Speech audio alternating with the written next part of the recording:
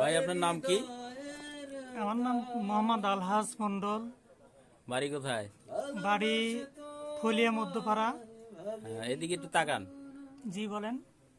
আপনার মুখে তো মনে হয় দাড়ি ছিল। জি জি ছিল। কতদিন রাখছিলেন? তাও তো মনে করেন যে বছর বছর মনে করেন যে 4 বছর রাখছি। 4 বছর? 4 বছর দাড়ি রেখেছেন, তারপর দাড়ি কাটছেন কেন? পরে মনে করেন যে দাড়ি ধরা পড়ছিলেন কোনো জায়গায়? দেখেন এইভাবে আমারে করেন না, ঠেট দিয়ে না, লজ্জা ঠিক পাচ্ছেন আছে? কেন? এদিকে তাকান, আমার কথা শোনেন। তো এদিকে তাকা বলেন। হ্যাঁ। আমারে কিন্তু আপনি ঠেট দিতেছেন, ঠিক আছে?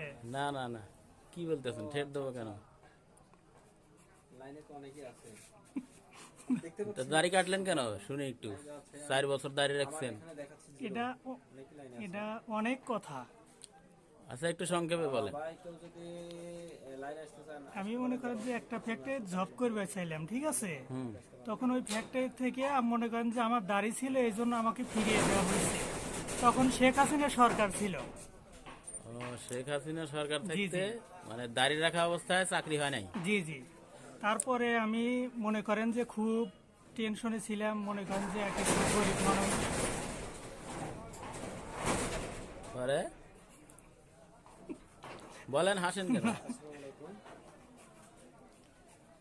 এত দুঃখের কাহিনী দেখতেছি। আপনার চাকরি হয় নাই, এই কারণে দাড়ি কেটে ফেলালেন। তো আপনার ইমান দুর্বল। দুর্বলতেও খারাপ। রিজিকের মালিক কে জানেন? রিজিকের মালিক কে? হ্যাঁ, রিজিকের মালিক কে বলতে পারেন? আমি তো জানি রিজিকের মালিক একমাত্র আল্লাহ, আল্লাহ তাআলা। তাহলে আপনি চাকরি হলো না, বলছে দাড়ি কেটে ফেলান, তাইলে তাই দাড়ি কেটে ফেলালেন?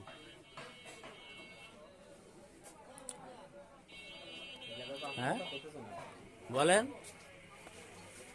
দেখেন, আমি কোনো জায়গায় কথা বলি না, ঠিক আছে? হুম।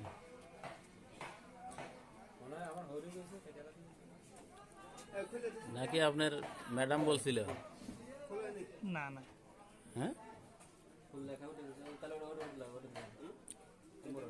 ম্যাডাম বলছিল তো দাড়ি কেটে ফেলান নাকি? বড় ভাই বলেন। বুঝছি ভাই, রেখে দেন তো। লজ্জা পাইতেছে বড় ভাই, লজ্জা পাইছে।